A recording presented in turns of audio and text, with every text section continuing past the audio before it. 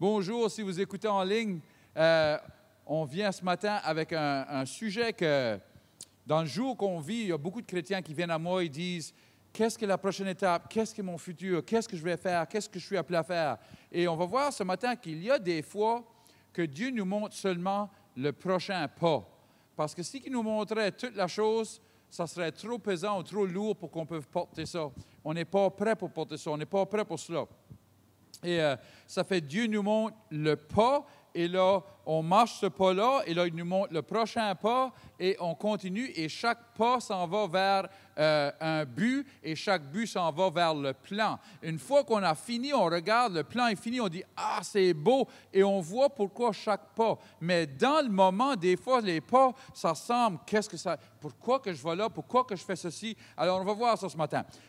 Dans Jean 16, versets 12 et 13, ça dit, Jésus qui parle, il dit « J'ai encore beaucoup de choses à vous dire, mais vous ne pouvez pas les porter maintenant.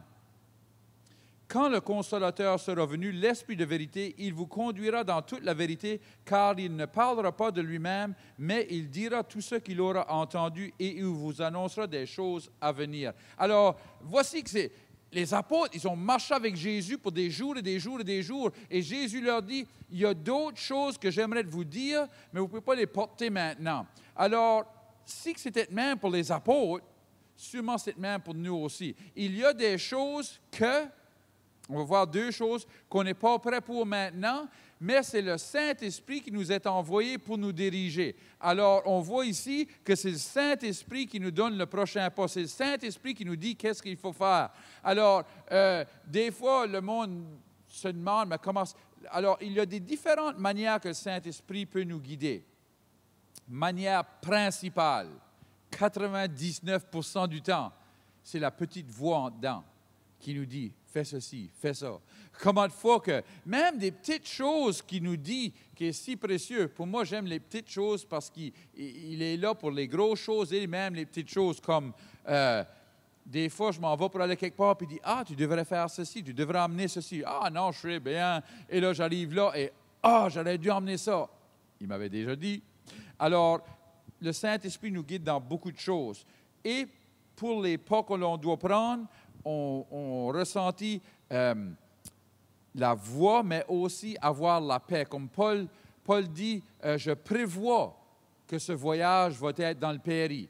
Ce n'est pas que le Seigneur lui a montré le voyage en péri, mais en dedans, il y avait, c'est pas bien, ça ne va pas être bien, ça ne va pas finir bien. Il savait, c'est juste un savoir. Moi, j'appelle ça, c'est un savoir. On juste sait que l'on sait que l'on sait, c'est même que ça va aller. Mais c'est le Saint-Esprit cela aussi, où il y a des visions et des rêves et des songes et toutes des choses de même que le Saint-Esprit peut nous parler comme cela.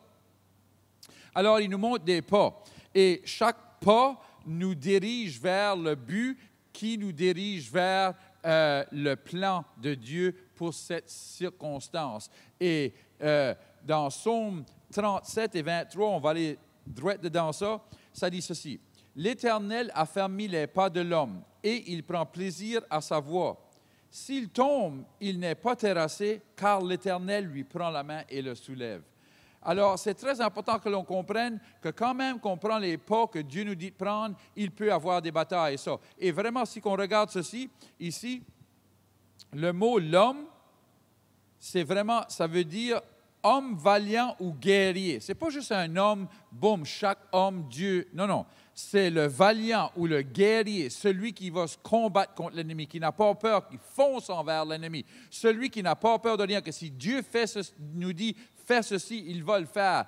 Alors, c'est cet homme-là que le Seigneur a fermé ses pas ou prépare ses pas. Alors, moi, je ne veux pas aller à la bataille avec quelqu'un qui ne sait pas comment se combattre. Je veux aller à la bataille avec quelqu'un qui a un peu de sang sur leur épée. Gloire à Dieu. Je veux aller à la bataille avec quelqu'un qui sait comment se combattre. Et des hommes comme David, des hommes qui n'ont pas peur du combat. Et ça. Et Dieu dit, j'ai fermé les pas de l'homme, ou j'ai fermé les pas du guerrier, ou de l'homme valiant. Gloire à Dieu. Alors, Dieu s'attend qu'on marche des pas qui ne sont pas aisés. C'est sûr qu'être chrétien, il y a des batailles, il y a des choses, des épreuves que l'on passe à travers, et chaque épreuve, on vient plus fort. On vient plus fort en lui pour qu'on puisse porter des choses plus pesantes. Vous vous rappelez qu'est-ce que Jésus leur a dit? j'ai des choses à vous dire, mais vous ne pouvez pas les porter maintenant. C'est comme ça me fait penser au jeune homme, il était un gros homme, il était fort, il pouvait soulever des choses incroyables. Mais il dit, quand il était jeune homme, son père lui avait dit, tu vas dans le champ, vois-tu ce roche-là? C'était une grosse, grosse roche. Mais si tu peux porter cette roche-là, tu pourras t'en aller. Alors, chaque jour, il portait une roche plus grosse, une roche plus grosse, une roche plus grosse. Il continuait à porter des roches plus grosses jusqu'à un jour, il a été obligé, il a pu soulever la grosse roche qui était là. Mais la première journée, il ne pouvait pas soulever cette roche-là. C'est la même avec nous autres. Il y a des choses que l'on passe à travers dans les pas que Dieu nous dirige, qui nous prépare pour faire le plan. Et des fois, on ne comprend pas pourquoi que je prends ce pas ici. Et s'il y a une âme dans ce pas-là, Dieu nous envoie. Je le sais que moi, j'ai été envoyé à des places.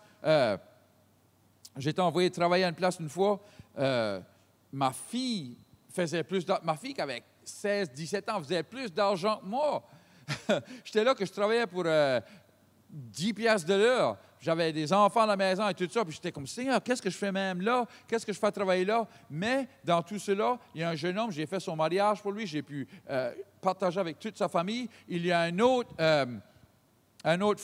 monsieur, il travaille dans un autre département. Des années après, je retourne à Moncton et je le vois, il était au plein de suicide. Puis il m'appelle, puis il dit, garde, j'ai déjà acheté les choses pour aller puis me mettre ça sur mon auto pour commettre suicide, puis toutes ces choses-là. J'ai eu chance à y parler, à l'encourager. Il est encore en vie maintenant. Alors, des fois, on ne comprend pas pourquoi on apprend un pas ou qu'on va à une telle place, mais le Seigneur dirige nos pas. Et c'est sûr que durant ce temps-là que j'étais là, c'était pas aisé. Il fallait que je me combatte contre la pauvreté. Il fallait que je croie le Seigneur pour avoir des finances, pour vivre, pour mettre du manger sur la table. Mais Dieu m'a jamais manqué. Dieu m'a jamais laissé sans sa provision pour moi. Gloire à Dieu.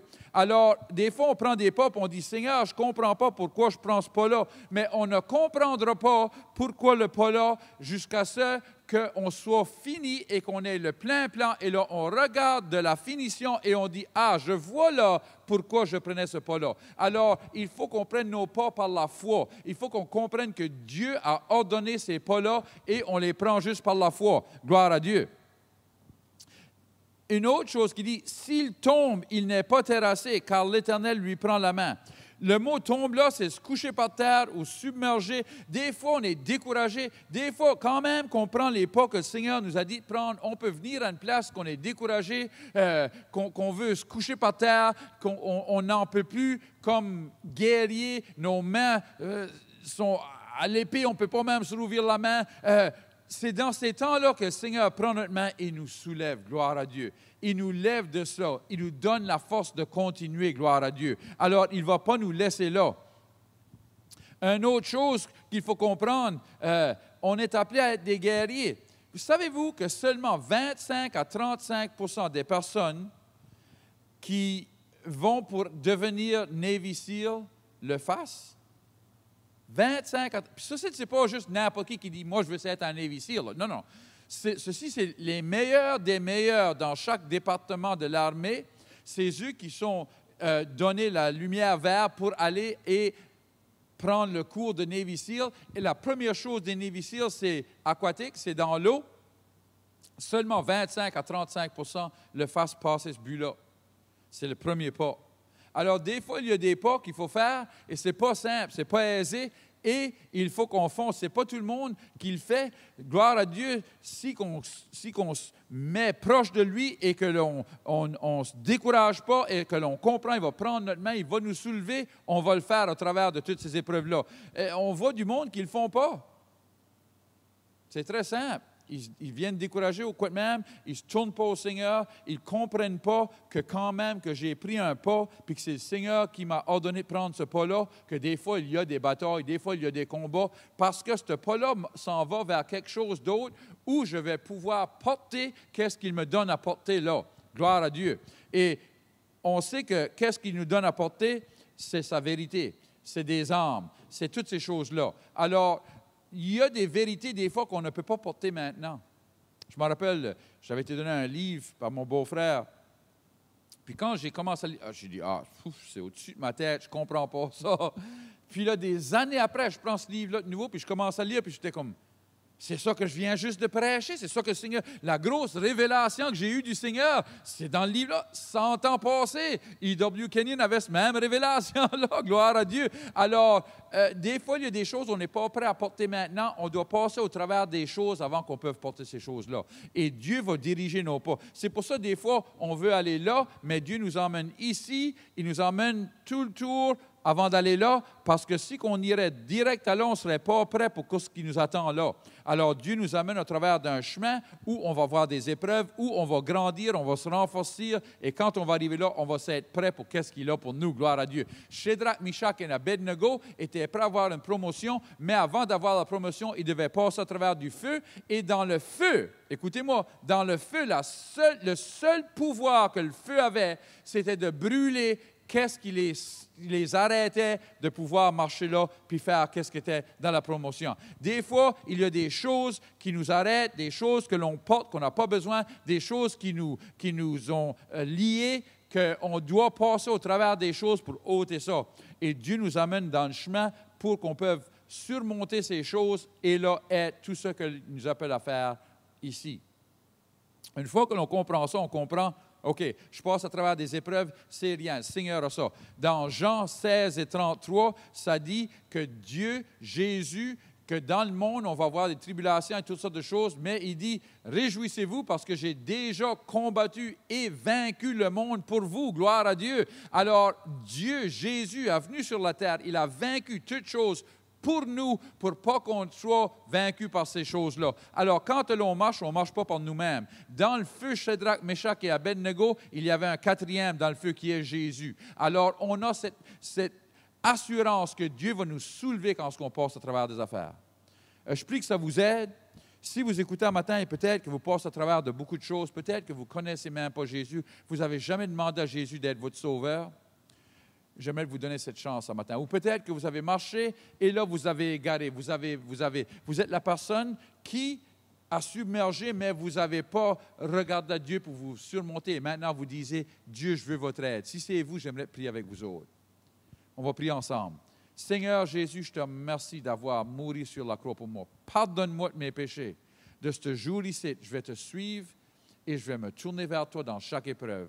Au nom de Jésus, amen. Si c'est vous, on veut vous féliciter. On aimerait vous voir. On est ici dimanche matin, 9h et 11h, si vous êtes de la région de Moncton. Si vous ne comprenez pas bien l'anglais, on a la traduction simultanée en français pour vous. Que Dieu vous bénisse.